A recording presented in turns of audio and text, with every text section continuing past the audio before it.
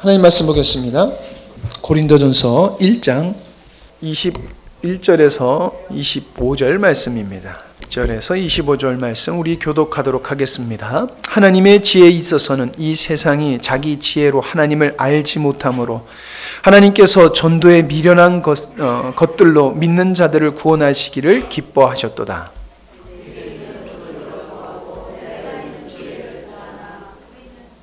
우리는 십자가에 못 박힌 그리스도를 전하니 유대인에게는 꺼리끼는 것이요 이방인에게는 미련한 것이로되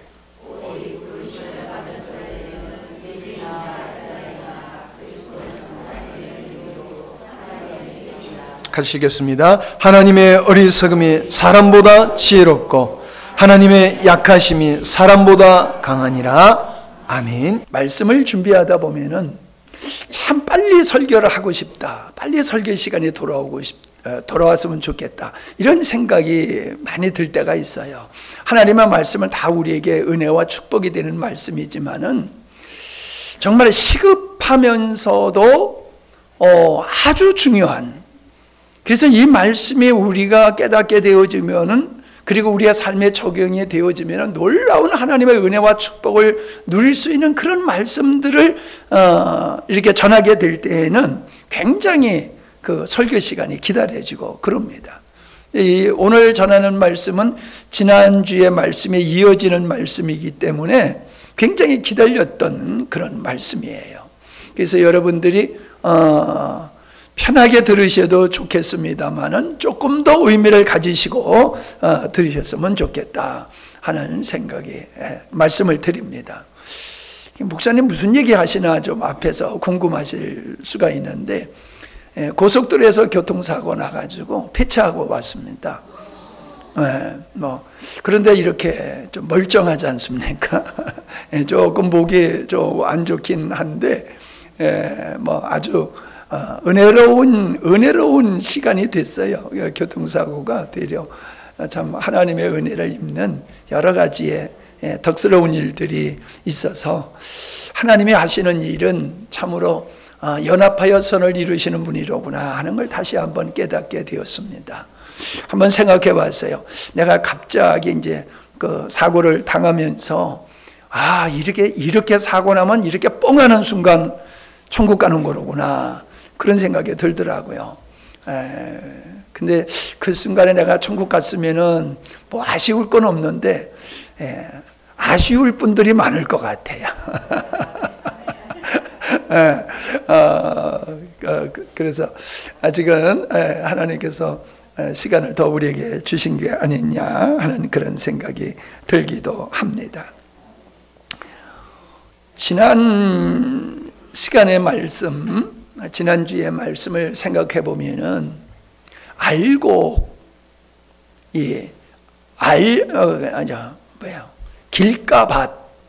길가밭에서는 열매가 없지만은 그 옥토에서는 열매가 맺는다라고 하는 말씀을 나눴지 않습니까? 근데 길가밭은 왜 열매를 맺지 못하냐면 씨가 없기 때문에, 씨를 뿌려도 그 씨가 악한 자가 와서 씨를 물어가기 때문에 씨가 없으니까 열매를 맺지 못한다. 그런데 이제 우리는 보편적으로 생각하기를 악한 자가 와서 씨앗, 하나님의 복음을 악한 자가 와서 빼앗아 가니까 우리가 말씀의 열매를 못 맺는 거다, 이렇게 생각을 보편적으로 하고 살아왔는데 그게 아니더라고요. 악한 자가 와서 말씀을 다 뺏어가지는 게 아니라 깨닫지 못할 때에, 하나님의 말씀을 받기는 받았는데 깨닫지 못하면은 마귀가 그걸 다 말씀을 뺏어가 버린다는 거예요. 그 말씀이 없는 밭이 되지요. 우리의 심령이 하나님의 말씀이 열매가 맺어지는 건데 말씀이 없으니 열매를 맺을 수가 없는 거지요. 근데 옥토에서는 뭐라고 옥토를 가리켜서 뭐라고 말씀하셨습니까? 깨닫는 자라고 그러셨어요. 말씀을 듣고 깨달을 때에 100배, 60배, 30배의 열매를 맺는다라고 했습니다. 그러니까 하나님의 놀라운 축복은 어디서부터 시작되느냐 하면은 하나님의 말씀을 깨닫는 데서부터 시작된다는 거예요. 듣는 것이 중요한 게 아니에요. 깨달아야 돼요. 그 깨달음은 하나님의 은혜지요. 예. 그러나 그냥 저절로 그냥 뭐 이렇게 그 하나님이 누구에게 은혜 주고 누구에게 은혜 안 주고 그런 게 아니라는 거예요.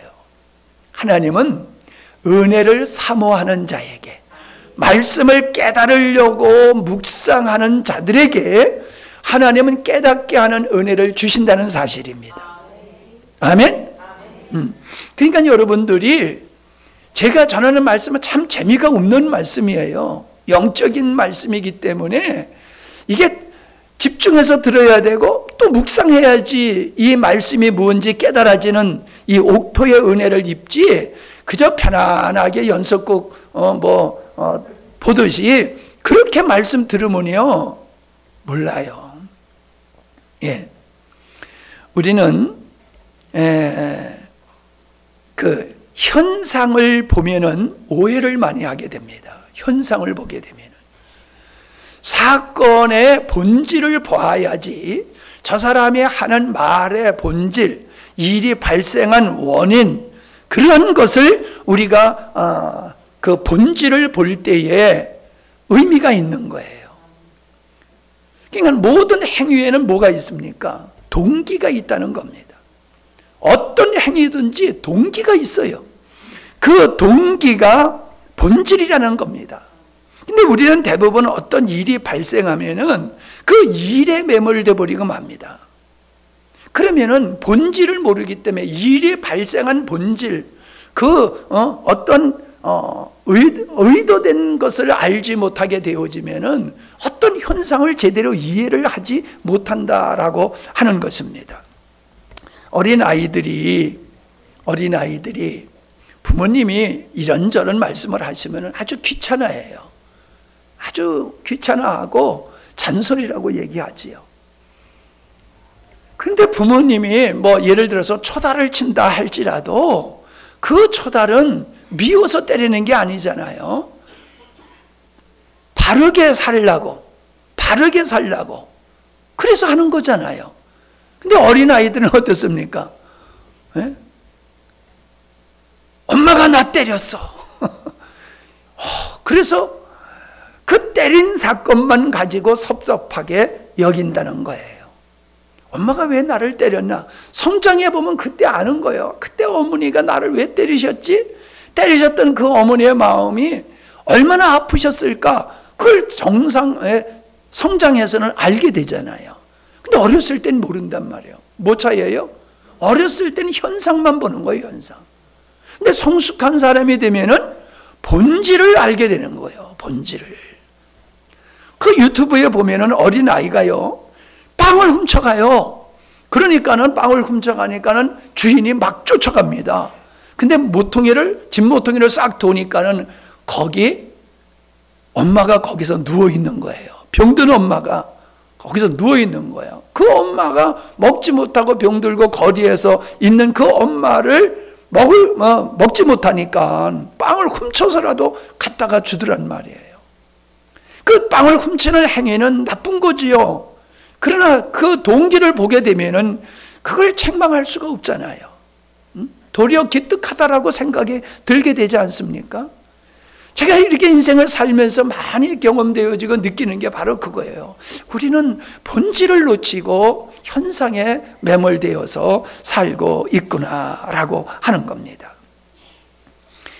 행위는 마음의 표현이다. 그래서 성경에서 뭐라고 그랬습니까? 우리의 마음이 있는 것이 입술로 다 이렇게 나온다라고 얘기를 하고 있습니다. 그러니까 우리 마음이 기쁘면은 마음에 아름다운 마음이 나와요. 근데 마음이 짜증스럽고 힘들고 그러면은 그 말투가 벌써 공격적이고 불만 불평이 나오고 그러지 않습니까? 그 믿음에 있는 사람은 긍정적인 사람이에요. 그래서 그 말을 들어보면은 늘 긍정적인 말을 합니다. 그러나 긍정적이지 않는 사람은 항상 부정적인 말을 해요. 가능성과 가능하지 못하는 건 50%, 50%거든요. 근데 긍정적인 사람은 가능성 있는 50%를 보는데 부정적인 사람은 부정적인 50%를 보고 안 된다라고 하는 거예요. 그러니까 행위는 어디서 나옵니까? 마음에 할 수 있다는 생각에서 행위를 갖잖아요. 근데 그 할 수 있다는 것은 믿음이란 말이에요.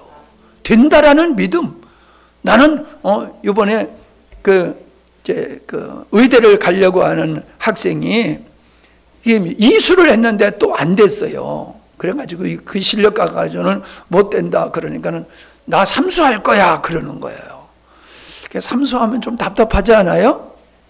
근데 그 아버지가 오수를 해가지고 의대를 들어가서 오수를 하고 의대를 들어가가지고 지금 아주 잘하고 있습니다. 그러니까 아버지는 삼수 그거 아무것도 아니야. 나는 오수했어. 그러니까 어떤 행위는 그 마음은 믿음, 어떤 믿음을 가지고 있느냐. 환경이 중요한 게 아닙니다. 어떤 믿음을 가지고 있냐. 부정적인 것도 믿음이에요. 안 된다는 것도 믿음이에요. 근데 부정적인 믿음을 가지면 안 된다는 거예요. 예? 제가 생각을 해봤습니다. 세대차라고 하는 건 뭘까라는 생각을 해봤어요. 세대차라고 하는 것은 가치관과 의식과 문화 이런 차이다. 그러니까 세계관의 차이는 정서의 차이다. 이렇게 생각을 해 보았습니다. 우리가 중요한 것은 사람들은 자기가 지니고 있는 정서, 그 대부분의 사람들이 그 시대에 살고 있는 사람들의 정서를 따라서 사람은 살아가게 되어 있다는 겁니다. 그러니까 한국인의 정서는 한국인의 삶을 사는 거예요. 마찬가지입니다. 신앙도요. 신앙의 정서가 성경적인 정서냐 아니면은 세상 불신 세계에 의해서 형성된 정서에 따라서 달라지는 거예요. 믿는다고 하면서 우리의 삶이, 우리의 정서가 성경적이지 않다라고 하면은 성경적인 삶을 살 수가 없어요. 우리의 세계관과 우리의 가치관, 우리의 정서가 성경에 의해서 성경적으로 바뀌어지게 되어지면은 그것에 의해서 우리는 성경적 삶을 살아가는 겁니다. 환경이 좋아서가 아닙니다. 그러니까 우리가 성경을, 예수님을 믿는다고 하면서도 우리가 하나님의 말씀을 읽으면서도 우리의 정서가, 세계관이, 가치관이 성경적으로 바뀌지 아니하면은 절대로 성경적 삶을 살 수가 없으니 그게 뭐냐? 길가밭과 똑같다는 겁니다. 말씀이 없어서 열매를 맺지 못하는 것, 씨앗이 없어서 열매를 맺지 못하는 밭이나 하나님의 말씀에 의해서 우리의 마음의 밭이 옥토로 바뀌어지지 아니하면은 믿음의 열매가 맺어지지 않는다는 겁니다. 남 탓하지 마세요. 환경 탓하지 마세요. 많은 사람들이 자기가 믿음의 생활을 하지 못하는 것을 환경으로 탓을 돌립니다. 사람에게 탓을 돌립니다. 전혀 그렇지 않다라고 하는 것입니다. 우리가 하나님을 믿는다라고 하는 것은 하나님의 존재만 인정하는 수준을 넘어서 하나님을 신뢰하고 하나님의 말씀에 근거하여 생각하고 행동하는 것까지 나가야 되는 겁니다. 우리가 가져야 할 믿음은 그렇다는 겁니다. 그러니까 이 말씀은 성경적인 삶이라고 하는 것은 인간이 지니고 있는 이성, 논리, 합리적인 거, 정서를 초월해서 살아가는 거예요. 초월해서. 그걸 무시하는 게 아닙니다. 그걸 초월하는 겁니다. 하나님은 사람이 아니십니다. 그렇기 때문에 인간의 이성이나 논리와 합리성에 당연히 초월하시는 분이지요. 하나님의 말씀과 하나님이 하시는 일은 인간이 이성으로는 납득이 안 되고 논리적으로는 모순적입니다. 현실적으로는 불확실한 겁니다. 그러니까 육적인 사람은 하나님의 말씀대로 살 수가 없어요. 이걸 초월해야 되는데 초월하지 못하기 때문에 그렇다라고 하는 사실입니다. 예수님의 예수님께서 우리를 구원하시는 사건을 보더라도 여러분 얼마나 비논리적이고 비현실적이고 비이성적입니까? 하나님이 인간의 육신을 가지고 입고 오셨다? 동정녀 마리아의 처녀의 몸을 통해서 태어나셨다? 그분의 죽으심은 우리의 죽음이다. 그분의 죽음을 통해서 우리가 받을 형벌을 대신 받으셨다. 그분은 죽으신 후에 3일 만에 부활하셨다. 여러분 이게 이해가 되는 겁니까? 우리의 이성으로는 도저히 이해가 되지 못하는 상황입니다. 그런데 하나님은 그 방법으로 하나님은 우리를 구원하셨다는 사실입니다. 그러니까 뭐예요? 하나님이 하시는 일은 인간의 이성과 논리와 정서를 뛰어넘는 분이 하나님이 하시고, 하나님은 그런 일들을 통해서 우리를 구원하시고 당신의 뜻을 이루신다는 겁니다. 내가 믿는 하나님이 그러한 분인데 내가 육적인 상태에서 이성과 논리와 세상적인 가치관, 세계관에 묶여서 세상의 정서에 묶여서 있다라고 하면은 하나님을 받아들일 수도 없고 말씀을 순종할 수도 없다라고 하는 것이지요. 그래서 오늘 말씀에 뭐라고 그랬습니까? 하나님이 하시는 일은 유대인이 봤을 때는 23절 22절부터 보면 유대인은 표적을 구하고 헬라인은 지혜를 찾으나 우리는 십자가에 못 박힌 그리스도를 전하니 유대인에게는 꺼리끼는 것이요 이방인에게는 미련한 것이다. 유대인이라고 하는 건 종교적인 거예요. 종교적인 면에서 봤을 때 죄인으로 십자가에 못 박혀 죽으신 그분이 우리의 구원주다? 이건 받아들이기 어렵다는 거지요.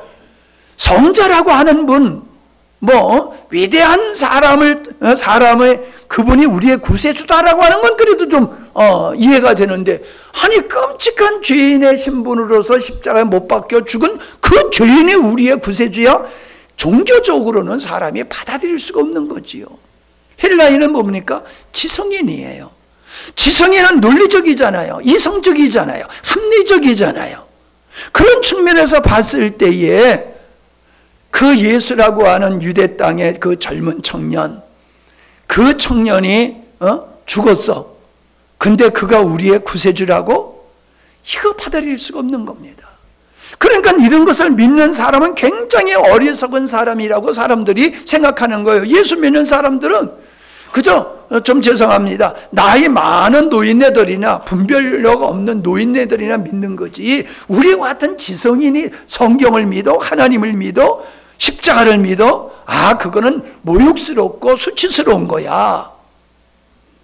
그런 생각을 갖기 때문에 지성인들이 안 믿는다, 그 말씀을 하고 있는 것이지 않습니까?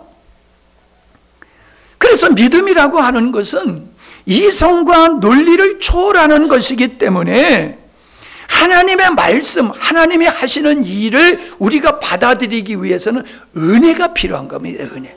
무슨 은혜? 믿어지게 하시는 은혜. 초월하는, 이성과 논리를 초월한 하나님의 존재, 전능하신 하나님, 창조주이신 하나님의 존재에 근거해서 하나님이 하신 일들을 인정하고 받아들일 수 있는 이 은혜를 입어야지 우리가 하나님을 믿을 수 있다라고 하는 것입니다. 그러니까 믿음의 근원이라고 하는 것은요, 인간의 이성을 초월하시는 하나님에 대한 신뢰입니다. 하나님에 대한 신뢰가 우리의 믿음의 근거예요. 그 하나님을 신뢰하면 하나님의 역사로 말미암아 이성으로 알 수 없고 이해가 되지 않는 모순적인 것을 성령께서 그거를 이해하도록, 믿어지도록 역사하는 그 은혜를 입기 때문에 되는 것이다 라고 하는 것입니다. 그러니까 믿음이란 무엇인가? 불신이란 무엇인가? 믿음이란 하나님을 신뢰하는 거예요. 하나님의 말씀을 믿는다, 하나님의 하신을 믿는다, 이거 하나님을 믿는, 하나님을 신뢰하는 것이 믿음이거든요. 불신이라는 뭡니까?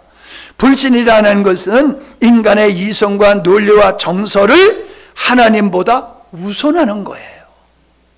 인간의 이성, 논리 이런 것들을 하나님의 말씀 위에다 놓는 것이지요. 그게 불신이에요. 나는 안 믿는 거야. 이건 현상이에요. 나는 안 믿는다는 것은 현상이고, 안 믿는 이유, 본질은 뭐냐? 하나님 말씀 위에서 하나님의 말씀을 판단하는 거예요. 그러니 이 죄가 얼마나 무섭고 크냐라고 하는 것을 우리가 알 수 있지 않겠습니까? 성경에 모세를 비방했던 사람들은 어떤 사람이십니까? 현실적으로 현실의 문제를 모세가 해결해 주지 못하고 그 불행한 광야에서의 그 불행하고 힘든 그 삶을 살게 한 하나님의 의도를 모르고 하나님의 의도에 따라서 인도한 모세, 그 본질을 알지 못한 사람들은 모세를 원망했다는 거예요. 그냥 광야로 데리고 들어온 것만 원망불평한 거예요. 왜 하나님께서 그들을 광야로 인도하셨는지를 알아야 되는 거예요. 여러분, 이건 우리 삶 속에 여러분이 꼭 기억하셔야 될 겁니다. 왜 폐차를 해도 이렇게 멀쩡하게 하셨는지, 아이고 죽지 않고 살았으니 감사하다. 우리 목사님 천국 안 가시고 더 우리와 함께 지낼 수 있으니 감사. 이건 현상을 보는 거예요. 현상. 우리는 우리의 삶 속에서 일어나는 모든 일은 그냥 일어나는 일이 없습니다. 본질을 우리는 반드시 봐야 되고 그것을 깨달아야 될 줄로 믿습니다. 중요한 것이 또 이겁니다. 하나님은 누구와 함께 하느냐라고 하면 믿음으로 사는 사람과 함께 하시고 믿음을 가진 사람을 구원하시지, 인간의 이성과 논리와 합리적이고 세상적인 정서를 따라서 살아가는 사람하고는 하나님이 함께 하시지 않습니다.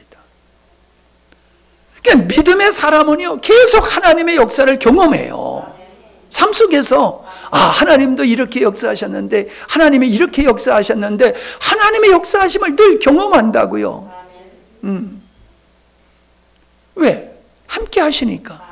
근데 불신을 가진 사람들은 하나님의 역사를 안 하세요. 그런 사람들에겐. 그러니까 그런 사람들은 뭐 하나님이 있다고 그러는 거야. 내가 아무리 봐도 나 하나님이 있는 게 모르겠어. 뭐 하나님 뭔 역사를 해?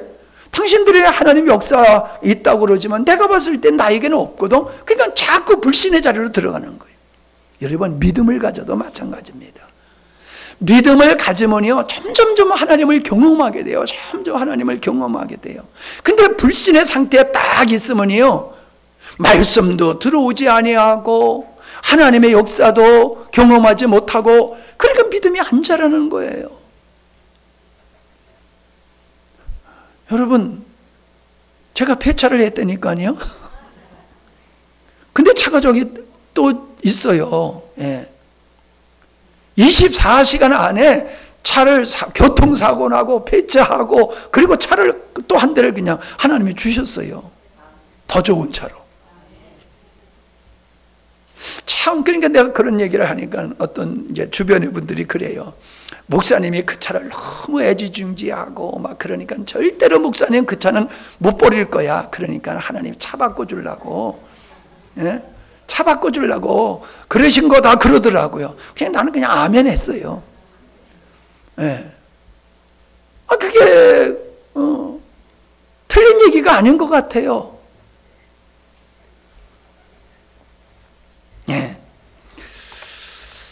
우리는 현상을 보고, 이성적으로 현상을 보고 살아가는 사람들, 그런 사람들은, 논리적인 사람들은 똑똑하다는 소리를 듣습니다. 똑똑해. 좀 죄송합니다만요, 목사님들도 이렇게 보면요, 참 똑똑하신 목사님들 많아요. 아니, 많은 게 아니라 내가 보면 나보다 다 나아. 나보다 다 유능한 분들이야. 내가 보기엔 그래. 여러분은 나를 몰라서 그래요. 여러분은 내 속을 모르니까 이런 얘기하면은 안 믿어지. 표정들이 안 안 믿어지는 표정들을 가지고 계시는데 그건 여러분들이 나를 속속들이 몰라서 그래요. 나를 알면은 맞아, 그럴 거예요.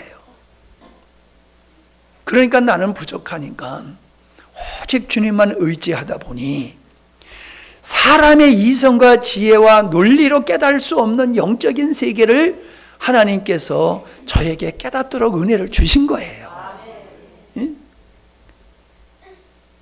이게 하나님의 지혜다, 이 말씀입니다. 여러분, 우리가 예수님을 믿는다고 하면서도요, 우리가 세상적인 가치관과 논리, 육적인 이성, 이런 것에서 우리가 살아가게 되면요, 우리가 균형을 잃어버린 신앙이 돼버려요. 교회 안에서 예배 드릴 때는 참 믿음 있는 사람 같아.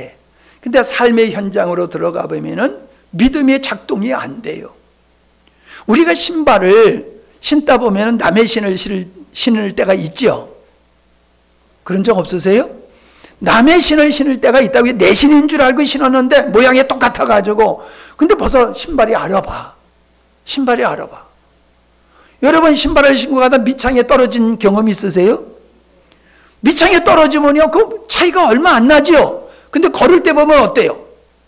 이게 불편해요. 이게 그냥 완전히 몸이 흔들려요. 우리 신앙이 성경적 가치관, 세계관, 정서로 바뀌지 아니하면요, 앞에서 얘기한 것 같이 교회에서는 정상적이고 삶에 돌아가서는 비정상이고, 그래서 절뚝발이 같이 우리가 살아간다니까요. 환경의 이유가 있는 게 아니에요. 우리의 속사람이 바뀌어져야 되는데 겉은 바뀌어졌는데 속은 안 바뀌었어. 그러니까는 우리가 그러한 절뚝발이 같은 모습을 가지고 산다라고 하는 겁니다. 이런 사람들은요, 절대로 믿음이 자라지 않습니다. 믿음이 자라지 않아요. 오늘 감동받은 게 우리 학장님하고 이 집사님, 나는 오늘 못 오실 줄 알았어. 근데 하동에서 거기는 눈이 안 왔었는지 모르지만은 이렇게 눈길에 오셔서 예배를 드리시는 모습을 보면서 제가 감동을 받았습니다. 여러분, 믿음은요, 말씀을 들을 때에 믿음이 생겨요. 말씀과 믿음은 항상 같이 가요. 말씀을 멀리 하면은, 말씀이 들어오지 아니하면은, 말씀에 깨닫지 아니하면은 절대로 믿음이 성장하지 못하는데, 바로 육적인 길가와 같은 밭을 가지고 있는 심령에는 십자가의 복음이 깨달아지지 않습니다. 십자가의 복음이 안 깨달아지는 거예요. 더더욱이 열매는 맺을 수가 없는 것이지요. 그래서 우리가 하나님을 믿는다라고 하는 이것은 하나님을, 우리의 이성을 초월하고 논리를 초월하고 정서를 초월해서 하나님을 하나님으로 인정하고 받아들이는 것. 그 속에서, 그런 자리에서 우리의 믿음이 자라기 시작하는 거예요. 여러분, 어떤 사람은 믿음이 잘 자라고 어떤 사람은 믿음이 잘 자라지 않는 이유는 환경에 있는 게 아니에요. 우리의 마음이 옥토냐, 우리의 마음이 길가냐에 달려 있다는 걸 꼭 여러분이 명심할 수 있기를 바랍니다. 예수님께 제자들이 따르겠다고 했을 때에 예수님이 하신 말씀이 그거지 않습니까? 나를 따라오려고도 너를 부인하고 따라와야 된다. 근데 난 얼마 전까지만 해도 내가 목적이 되고 내 만족을 위해서 살아가던 삶을, 그거를 부인해야지 된다라고 강조를 했어요. 근데 그게 전부가 아니더라고요. 그게 맞아요. 근데 그 다음에 따르는 것이 지금 여러분에게 말씀을 드린 우리가 인간적인 이성과 논리와 정서, 전통, 유전, 관습, 이런 거에 매여 있는 우리의 삶에서 여기서 벗어나야 됩니다. 이걸 우리가 버려야지 말씀을 따라 살고 주님을 쫓아 살지요. 이거를 쫓아 살지 아니하면 신령한 면에서는 나를 부인한 것 같은데 한쪽에서는 나를 지배하고 있는 정서, 나를 지배하고 있는 논리적이고 이성적인 게 나를 꽉 지배하고 있으면요, 이게 주님을 못 쫓아가요. 아멘 하고도 뒤돌아서는 거예요. 아멘 하고 팔을 내딛지를 못하는 것입니다. 바리새인들이 예수님을 영접하지 못한 이유가 거기 있는 거예요. 그들은 종교적인 전통, 유전, 그리고 정서에 그들은 꽉 묶였기 때문에 예수님의 말씀이 이게 이해가 안 되고 받아들일 수 없는 거지요. 그래서 그들은 예수님을 끝까지 영접하지 아니하고 결국 그들은 도리어 예수님을 십자가에 못 박아 죽였지 않습니까? 지금도 동일합니다, 여러분. 끝까지 자기가 이성적이고 논리적이고 현실적인 것, 그리고 자기의 마음의 정서를 따라서 살아가겠다고 이걸 놓지 않는 사람은요, 교회 가는 거 좋지. 좋아. 예수 믿는 사람 좋고, 목사님 좋고, 다 좋아. 다 좋다고 하지만, 근데 난 예수님 못 믿겠어. 이렇게 되는 거예요. 그러니까 예수를 믿지 않는 이유는 환경에 있는 게 아니에요. 바빠서 이런저런 예를 드는데, 아닙니다. 그게 아니에요. 자기의 정서를, 육적인 정서를, 세상적인 것에 의해 형성된 정서를 떠나지 못하기 때문에 그런 거예요. 자기 이성적인 것을 최고로 확신하기 때문에 이성과 충돌하는 하나님의 말씀을, 하나님의 존재를 받아들이지를 못한다라고 하는 것입니다. 모세가 250만 명이나 되는 사람들을 데리고 광야로 들어갔지 않습니까? 이게 뭡니까? 자기 부인이에요. 그게 자기 부인이에요. 여러분, 여리고성을 점령했을 때에 그 점령하기 전에 할례를 행하게 했습니다. 여러분, 할례를 하고 있을 때에 침략해 들어오면 이건 그냥 앉아서 전멸하는 거거든요. 그건 전략적으로 맞지 않는 겁니다. 근데 하나님은 전투에 앞서 저기 저 앞에 있는데 다 할례를 행하게 했잖아요.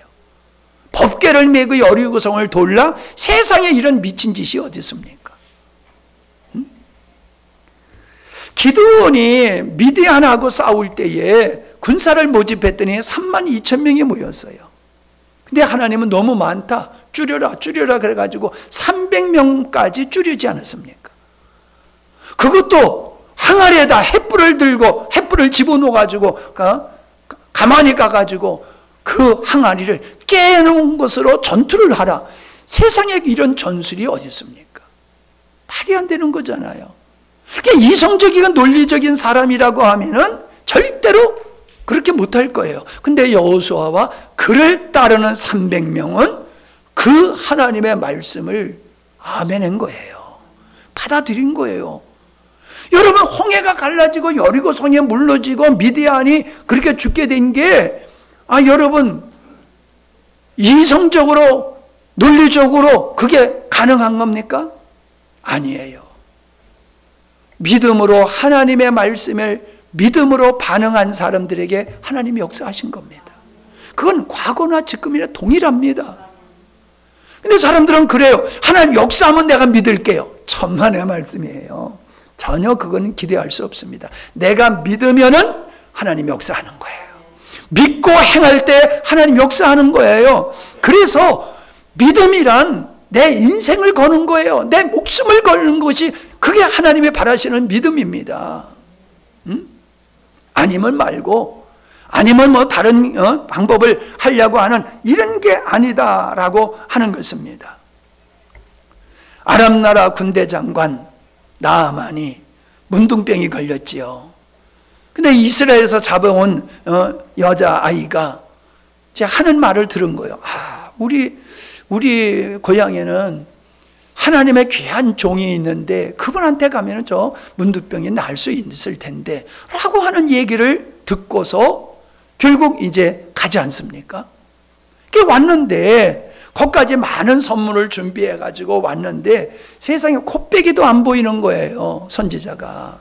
그리고 심부름하는 아이를 시켜가지고 저 요단강에 가가지고 7번 목욕하고 가랍니다. 그 얘기만 전달하는 거예요. 그러니까 나아만 장군이 실망하고 분노한 거지. 내가 누구야? 그 먼 데서 그래도 내가 아람의 군대 장관, 쉽게 얘기하면은 이게 제2인자와 같은 그런 지위에 있는 사람이 그렇게 왔는데 자기 생각에는 버선발로 쫓아나와가지고 영접하고 환부에다 손을 얹고 침 튀겨가며 기도하며 눈물 흘리며 기도하며 치료해 줄 줄 알았는데 코빼기도 안 보이면서 저 요단강에 가서 목욕하라고? 아니, 강이 여기만 있어? 우리 고향에 있는, 우리나라에 있는 강들은 얼마나 좋은 강이 많은데, 그리고 삐져가지고 이제 가려고 하는 거야. 여러분 같으면 안 삐지겠어요? 나 같으면 삐질 거야. 여러분은 안 삐질지 모르지만 나 같으면 에라이, 그러면서 뒤돌았을 거예요.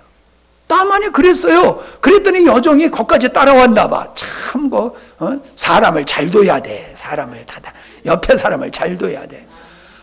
아니, 주인이요. 아니, 병을 고치기 위해서 그보다 더한 일을 시켜도 할 게 아닙니까? 그런데 목욕하라고 그러는 거 그거 왜 못합니까? 이 말은요, 할 때 똑바로 해야 되는 거예요. 괜히 겁먹고, 그러면 안 돼요. 바른 충고를 해줬잖아요. 근데 나만은 참 그걸 받아들였어요. 그래, 네 말이 맞다. 네 말이 맞다. 그래서 내려가가지고 목욕을 하지 않습니까? 여러분, 목욕하는데 모든 사람이 다 보는 데서 목욕하는 사람은 어디 있어요? 숨어서 목욕하지. 모든 하인들이 그걸 보는 데서 병 낫겠다고 물속에 들어갔다 나왔다 할 때에 얼마나 마음이 그렇겠어요. 쟤네들이 날 보고 좀 미쳤어. 병 낫기 위해서 별짓 다 하네. 얼마나 속으로 비아냥거리고 웃겠나, 이런 생각이 안 들었겠어요? 한 번은 쉽지만 7번이라니까요. 7번. 7번을 아마 갈등을 했을 거예요. 근데 그는 끝까지 그거를 극복하고 목욕을 했을 때에 어린아이와 같은 피부로 깨끗이 나았다라고 성경에 기록되어 있지 않습니까? 이거 성경에 누가 그렇게 써놓은 거겠지 뭐. 그게 진짜일까? 이런 사람들도 있을 거예요. 뭐 어쩔 수 없지 뭐, 그렇게 생각하면. 우리가 예수님께서 그 소경이 건쳐달라고 왔을 때 침을 땅에 뱉어가지고 그 진흙을 눈에다가 발라주고 하시는 말씀이 실로암에 가서 씻어라. 세상에 이 비위생적이고 비논리적인 행위를 예수님이 하셨단 말이에요. 땅에다 침을 발라서 뱉어가지고 그 진흙을 이겨줘? 이거는 모욕적인 거 아닐까요? 그리고 곤충 주려고 그러면 여기서 곤충 주지, 뭐 실로암까지 앞을 볼 수 없는 사람이 실로암까지 가서 씻으라? 이거 왜 이렇게 복잡하게 하시냐 말이에요. 그런데 그걸 순종했을 때에 그가 보게 되었다라고 하는 거 우리 잘 알지 않습니까? 나사로의 부활의 사건도 마찬가지 않습니까? 성경에 나타난 모든 치유의 역사, 기사와 표적의 역사는 하나님의 말씀 앞에 우리의 이성과 논리를 초월해서, 인간의 정서를 초월해서, 현실적으로 초월해서 말씀에 순종했을 때 하나님의 영광을 받다는 겁니다. 여러분, 우리에게 필요한 거 이겁니다. 똑똑한 사람, 똑똑한 거 자기 머리 믿는 사람은 이 하나님의 은혜를 못 보고요, 목회도 안 돼요. 목회도. 단 주변에 보면 저게 똑똑한데 왜 이렇게 목회가 안 되나, 난 그런 생각을 해보면요, 역시 그 사람은 똑똑한 자기 머리를 의지하기 때문에 하나님의 영광을 못 보는 거예요. 전 그렇게 봅니다. 여러분, 오늘 이 시간에 하나님께서 여러분의 문제를 해결해 주기 위해서 어떠한 말씀을 하시는데 그 말씀이 이성과 논리적으로 현실적으로 맞지 않는다고 할 때에 여러분은 어떻게 하시겠어요? 어떻게 하시겠냐고요? 아브라함에게 하나님께서 이삭을 잡아서 제물로 바쳐라라고 했을 때에 남의 얘기니까 쉽지. 목사님이 뭐 교통사고가 나가지고 폐차했다고 그러니까 깜짝 놀라긴 했지만은 여러분이 경험한 건 아니잖아요. 그러니까 여러분이 느끼는 거하고 제가 느끼는 거하고 완전히 다르잖아요. 여러분, 남의 얘기를 생각하지 말고 이걸 오늘의 현실에 나에게 적용해 보란 말이에요. 이렇게 바쁜데 내가 어떻게, 이렇게 힘든데 어떻게 내가 주의를 지켜? 어떻게 내가 예배를 드려? 믿음으로 지켜, 믿음의 마음으로 믿기만 하면 되는 거지. 그럴 수 있는 거예요. 현실적으로 눈이 이렇게 많이 왔는데 뭐 하나님도 다 이해하시고 봐주시겠지. 그게 합리적이고 논리적이잖아요.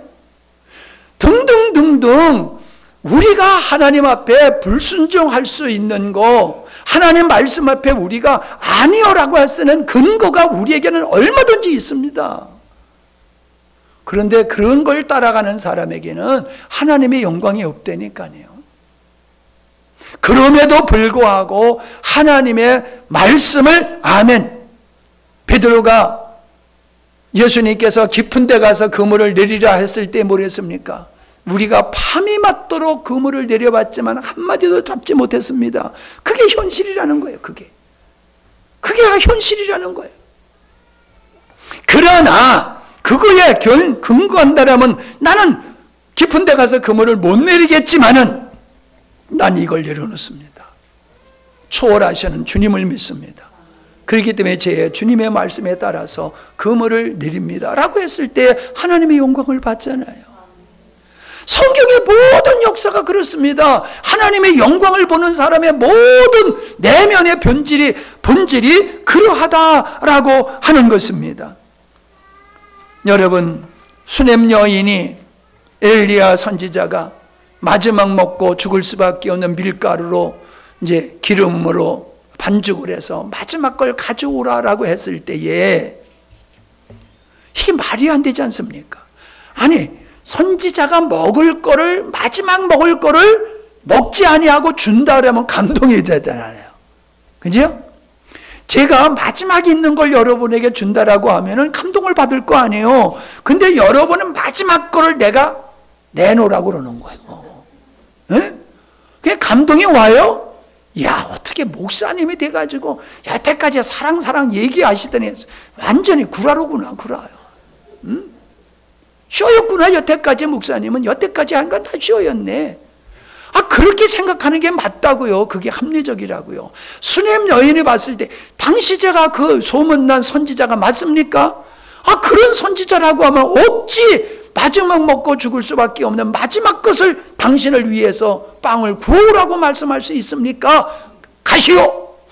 내 집에서 가시오! 라고 말할 수밖에 없을 거 아니에요. 그게 합리적이잖아요. 근데 믿음의 여인은 그 말씀에 순종한 거예요. 이해가 돼서? 논리가 돼서? 현실적으로 합리적으로 맞기 때문에? 아니요. 그걸 초월해서 하나님의 종의 말씀이니까 나는 순종한다는 거예요. 그랬을 때 밀가루통에 밀가루가 마르지 아니하고 기름통에 기름이 마르지 않았다. 그래서 자기도 살고 엘리야 선지자도 살고 그랬다는 말씀이 성경에 기록되어 있지 않습니까? 성경과 우리의 삶을 분리하지 마세요. 예? 자, 저를 보세요. 다 저를 보세요. 성경의 말씀과 현실을 분리하지 마시고 오늘의 현실을 성경적으로 여러분이 반응하실 수 있기를 바랍니다. 그때에 하나님의 영광을 보는 거예요. 그때에. 마지막으로 성경에 나타난 위대한 여인들을 소개하려고 합니다. 유다가 아들이 있었는데 아들들이 손주를 낳지 못하고 다 죽었어요. 계대 결혼을 해야 되는데 이 며느리한테 이 어린 아들이 성장해서 줘가지고 또 죽으면 어떻게 하나. 이래가지고 안 줬잖아요. 그러면 어떻게 됩니까? 손이 끊기는 거잖아요. 근데 성경에 보면 유다의 후손으로 예수님이 오시게 돼 있어요. 유다의 후손으로 예수님이 오시게 돼 있어요. 그러니까 유다는 아이를 낳아야 되는 겁니다. 근데 현실적으로 낳을 수가 없어요. 상황이 그렇게 돼버렸어요. 그런데 며느리가 인간의 도덕과 윤리적으로 정서적으로는 도저히 있을 수 없는 시아버지를 속여가지고 아이를 낳지 않습니까? 이걸 어떻게 우리가 이해할 수 있고 이런 내용을 어떻게 성경에 기록할 수 있느냐고, 그건 빼버렸으면 좋겠다고 생각하는 내용이 성경에 기록되어 있잖아요. 근데 더 충격적인 건 뭐예요? 유다가 하는 말이 내가 나보다 옳도다라고 했다는 거예요. 그러니까 그 사건으로만 보면은 이 여인은 아이를 낳지 못하는 수치를 면하려고 했지만 궁극적으로는 아버지의 뜻이 이루어졌다. 하나님의 뜻이 이루어지는 일에 그가 쓰임을 받았다라고 하는 거지요. 기생라합, 기생입니다.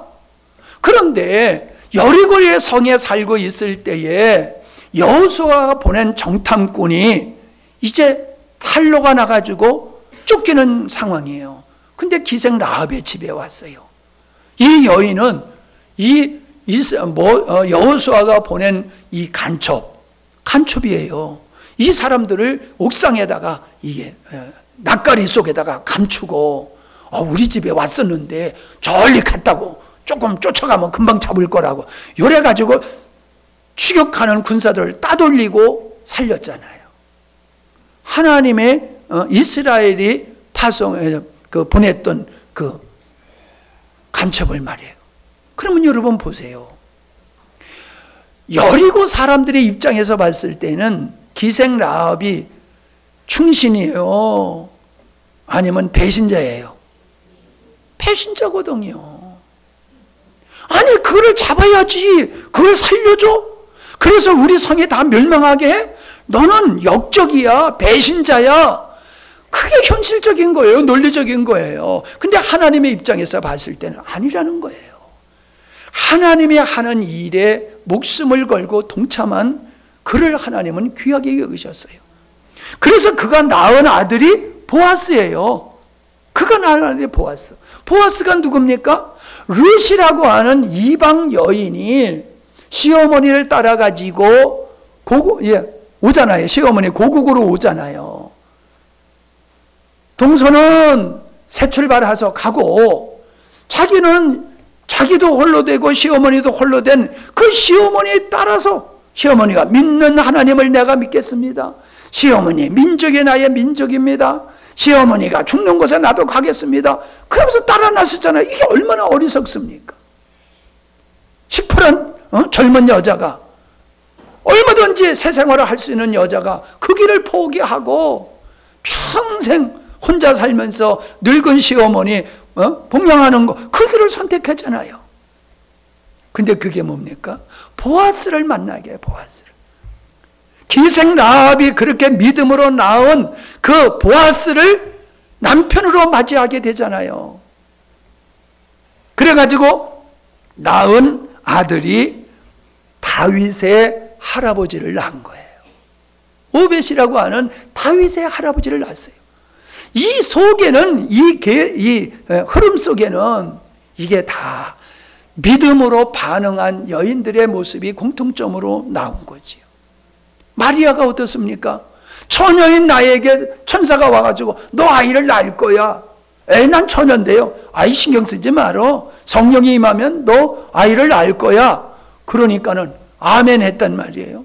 여러분 돌에 맞아 죽을 짓이거든요. 돌에 맞아 죽을 짓이요. 그런데도 불구하고 아버지 뜻이라고 하면 난 받아들이겠습니다. 내가 모함을 당하고 그래서 돌에 맞아 죽을지언정 나는 하나님의 말씀을 나는 아멘입니다. 그랬을 때에 하나님의 구원의 역사가 이루어지지 않았습니까? 여러분 이게 믿음의 모습이라는 거예요. 믿음은 선언으로 되는 게 아닙니다. 우리의 믿음이라고 하는 것은 이런 이성적이고 논리적이고 정서적인 걸 뛰어넘는 하나님의 말씀을 신뢰하고 그 말씀의 근거에서 생각하고 판단하고 결단하고 행동하는 그런 믿음이 주님이 바라는 믿음인 줄로 믿습니다. 주님과 함께하여 열매 맺는 성도는 이처럼 육적인 걸 따르지 아니하고 하나님을 따르는 믿음이에요. 순종이에요. 그게 주님이 원하시는 열매 맺는 믿음이다라고 하는 겁니다. 정상적인 그리스도인으로서 반드시 열매 맺는 주님께 기뻐하는 신앙생활은 인간의 전통이나 유전이나 관습, 정서를 넘어서 주님과 함께하는 주님 안에 거하는 삶인 줄로 믿습니다. 주님은 이런 성도를 통해서 영광을 받으시고 뜻을 이루심을 믿으시고 여러분 오직 믿음으로 승리하는 우리 모두가 되기를 바랍니다. 그래서 영적으로나 육적으로나 경제적으로나 삶 속에서 하나님의 영광을 보시는 우리 모두가 되기를 바랍니다.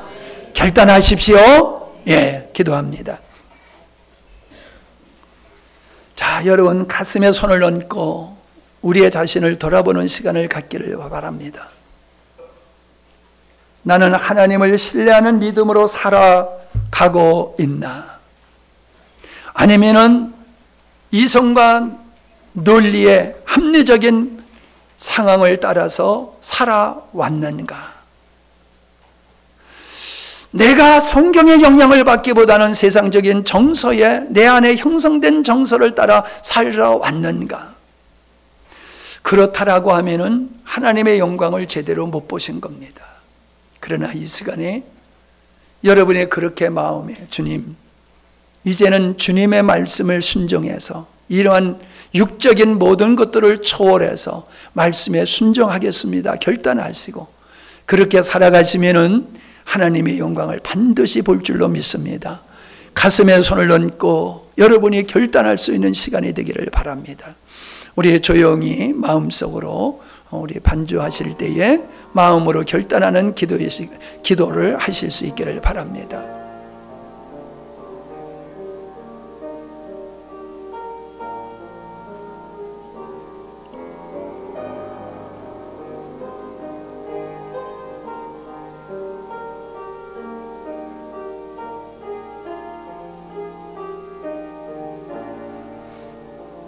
이 시간에 여러분의 결단에 따라서 여러분의 미래가 바뀌어질 수 있습니다. 하나님의 영광을 보고 보지 못하는 것은 여러분의 선택에 달려 있습니다.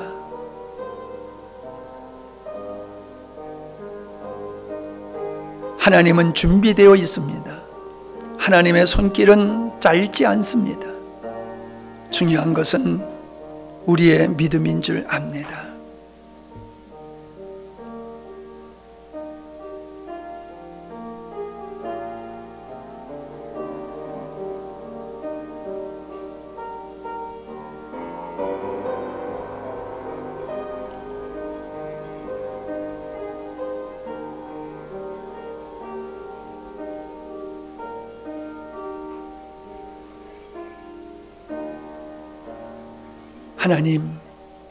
하나님께서는 왜 우리에게 믿음을 주시고 또 믿음을 요구하시는지를 우리가 알게 되었습니다. 하나님은 믿음을 갖는 자들을 구원하기를 기뻐하신 것 같이 믿음의 사람 속에 하나님은 역사하시는 분임을 오늘 말씀을 통하여 우리가 잘 들었습니다. 지식과 이야기로 끝나지 않게 하시고 우리의 마음이 믿음으로 반응할 수 있도록 우리를 도와주시옵소서. 우리가 의지로 결단하게 하여 주시옵소서.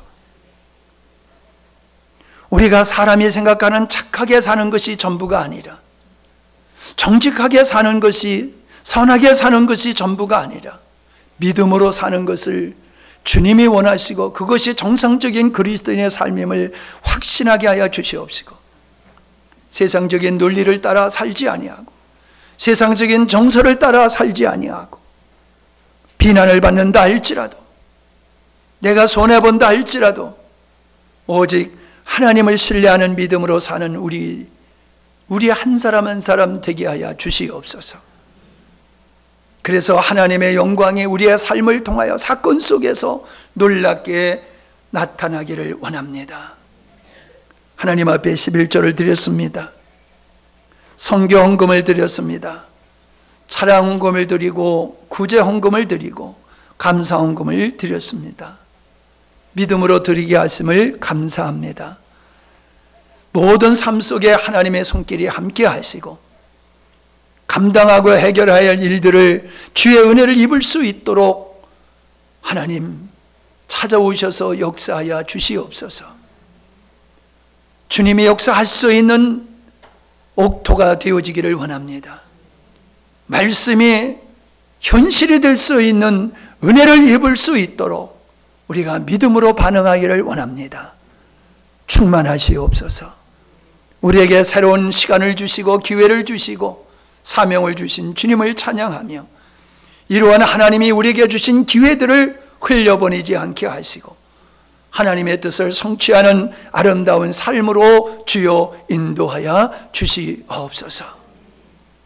하나님, 2024년을 며칠 남지 않고 있는데 그저 허전한 마음으로 보내는 것이 아니라 정말로 새로운 출발을 할 수 있는 결단의 마음이 우리에게 있게 하여 주시옵소서. 그래서 새해가 오는 것이 의미가 있게 하여 주시옵시고 우리의 미래가 하나님의 영광을 나타낼 수 있는 미래가 될 수 있도록 주여 우리가 믿음으로 반응케 하여 주시옵소서. 이 나라가 온통 어지럽고 혼란스럽지만은 이런 일들이 왜 발생하는지를 우리가 주님 안에서 깊이 성찰하게 하여 주시옵시고 또한 이러한 혼란스러운 이 민족이 안정된 사회로 환경으로 바뀌어지기 위해서 우리가 해야 할 일이 내가 해야 할 일이 무엇인가를 깨달도록 도와주시옵소서. 온 국민이 하나님 앞에서 거듭나게 해주시옵소서. 돌을 던지는 자가 아니라 내 탓이요 할 때에 하나님 모든 문제는 해결되어지며 하나님께는 영광이 될 줄로 믿습니다. 한국교회가 바로 서게 하여 주시옵소서. 하나님의 말씀이 바로 선포되게 해 주시옵소서. 그래서 하나님께서 이 민족을 향하신 하나님의 거룩한 아름다운 뜻이 온전히 성취되어지기를 사모합니다. 주님, 오늘 참여하지 못한 영혼들 육신의 연약함을 강건케 해 주시옵시고 믿음이 없는 자들에게는 믿음의 은혜를 더하여 주시옵소서. 그래서 우리가 이 마지막 시대에 주님 오실 날을 예비하는 믿음으로 승리하는 성도들이 되게 하여 주시옵소서. 하나님의 즐거움이요 하나님의 기쁨이 되게 하여 주시옵소서. 주님께서 인류를 구원하기 위해서 이 땅에 오셨는데 아직도 우리의 가족들이 우리의 사랑하는 사람들이 주님 앞에 나오지 아니하고 있는 육적인 사람들이 있습니다. 우리의 부모님이요 우리의 가족입니다. 부모 형제가 될 수 있습니다. 친구가 될 수 있습니다. 동료가 될 수 있습니다. 저희들에게 은혜와 긍휼을 베풀어 주시어서 하나님을 영접할 수 있는 귀한 자리로 이끌어 주시옵소서. 그 일을 바로 나를 통하여 그 일이 이루어지게 해 주시어서 온 가족이 하나님을 믿고 예수님을 믿어 하나님의 자녀가 되는 구원의 반열에 이를 수 있도록 축복하여 주시옵소서. 예수님의 이름으로 간절히 축복하며 기도하옵나이다. 아멘.